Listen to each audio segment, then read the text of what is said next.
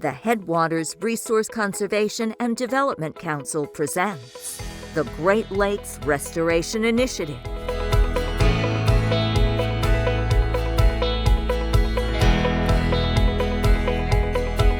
In partnership with the United States Department of Agriculture, Natural Resources Conservation Service, the United States Environmental Protection Agency, the Foundation for Pennsylvania Watersheds, the Pennsylvania Grazing Lands Coalition, Penn State College of Agricultural Sciences, Penn State Extension, the Potter County Conservation District, and by the Pennsylvania Department of Conservation and Natural Resources, Bureau of Forestry.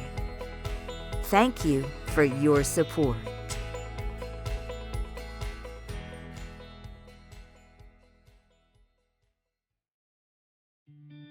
Hello folks, I'm Eric Monger with the Bureau of Forestry, and today we're going to be talking about tree planting, planting plan, and proper tree planting procedures. There's been a lot of considerations that have gone into this planting before a tree ever went into the ground. So the first thing we want to think about when we are planning a planting project is, why are we doing this? So a couple options might be, like where we're standing today, for water quality. Some others, we might want to take field and convert it back to forest, or we might want to supplement certain species in a forest stand that lack that species. So poor selection of site or species may result in issues of slow tree growth, insect and disease problems, and possibly mortality of your trees in your planting. A couple things to take into account would be, your soil fertility, soil moisture, soil drainage, existing vegetation on the site as well. So the spring and the fall are times of year to plant. So they both have advantages and disadvantages. And you need to look at your project and which one will work best for that project. Seedling stock, several different types. I'm going to touch on container stock, which is a seedling actually in a container already, and then bare root stock, which comes as bare roots exposed. So we're going to focus mostly on bare root because in this area of the country it seems to be the most readily available at a cost-effective price. A lot of nurseries sell seedlings, especially bare root. One thing you want to look for is a nursery that follows the American Nursery Stock Standards. So that will ensure you're getting a quality product, and that will help you along the way in your planting. What does the 2-0, 3-1, what those numbers you see? The first number will be the number of years that tree has been in the nursery bed. So if you're looking for white pines, a lot of times a 2-0 white pine does really good at planting. So that means it's spent 2 years in the nursery bed before they've pulled the bare root stock. So larger trees might be more expensive, but they do establish a little quicker and they compete a lot better with competition. The second number you see there might be a 1 or 2, and that consists of a tree that has been transplanted. A lot of times you'll see that in hardwoods or fruit trees. Doug fir and some of the spruce do better as transplanted stock. We're going to be discussing proper planting techniques, but before we can put our seedling in the ground, we must get them. You might go to a nursery and pick them up, or you might receive your seedlings in the mail. If you pick up your seedlings from a nursery, best thing to do is try to cover them. If you have a vehicle that has a cap or there's some way to protect them from the wind. And if you're receiving them in the mail, then they will have enough packing to withstand the shipment. But once you get them, open them up as soon as possible, and you want to store them in a cool, moist area and try to get them in the ground as soon as possible. The best time frame is usually within 72 hours of receiving your seedlings. If they dry out, your seedlings' chance of survival is going to be drastically reduced. And when we actually decide to plant our seedlings, if possible, we like to have a day that's cool, have some moisture. Hot, windy days are harder on seedlings and they tend to dry out while planting. So I have my seedlings. What tools do I need to plant them? There's a couple specific tree planting tools out there. I have one of them on demonstration right here called a dibble bar.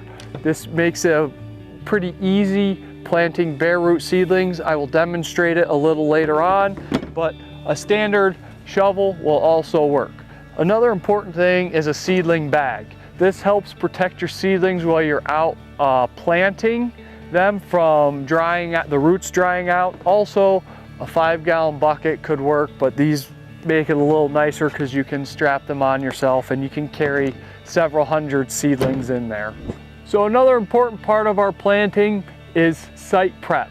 So if you notice where I'm kneeling here, this area was prepped with a herbicide, glyphosate, also known as Roundup. So spraying an area a few feet in diameter will help your tree by reducing its competition, particularly in these settings where it was a field at one time. If you don't like to use herbicide, there's other options you can use. Landscape cloth is an option. You can just set it down and that actually works the same way. The only disadvantage with that, you might get voles or mice underneath, which could potentially girdle that seedling. I use a product called Root Dip, which can be bought at most hardware stores and on the internet to dip the roots, which helps survival rates. So we've got our competing vegetation controlled. We're going to plant our tree. So the first thing is I'm going to do is take my dibble bar, make a hole for it, rock it back and forth a little bit, retrieve my tree out of the bag. Once I have my tree, if you notice, so I want to make sure all my roots, when I put that tree in, are pointing down. I don't want them curved up out of the hole. I want to put this tree down into where this root collar is. So you kind of see, like right here is the root collar. So that's will be where the ground, the surface of the ground is. So I'll put this in the hole here and make sure my roots are properly arranged, and then take my dibble bar again, come behind it about 3 inches or so, and I want to push that soil into the tree at the bottom of the hole as well as the top, and I can also use a heel, step on it, and to do a good test, we call it the tug test. You want to just give it a slight pressure.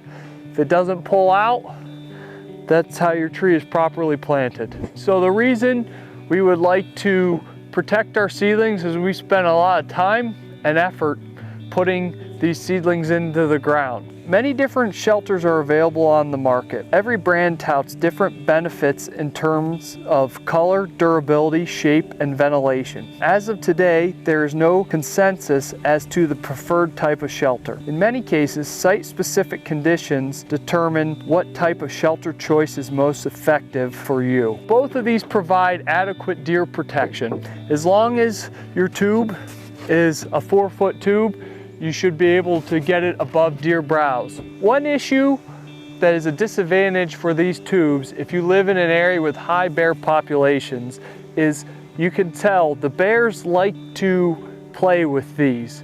And if you notice right there, you can see some tooth marks from a bear. They tend to love to bite into them and knock them over. You'll see some shelters out that have ventilation. Ventilation is kind of nice because once these trees start getting up and out of these shelters, if we remove them, they are a little more flimsy because they're not used to that wind versus this wire cage where the wind can blow through it and it will strengthen that tree. Maintenance is important. That usually consists of probably monitoring your planting 2 to 3 times a year to make sure that your tubes or your fencing is in place, because wind may blow them over or animals may knock them over. We also want to talk about competing vegetation control.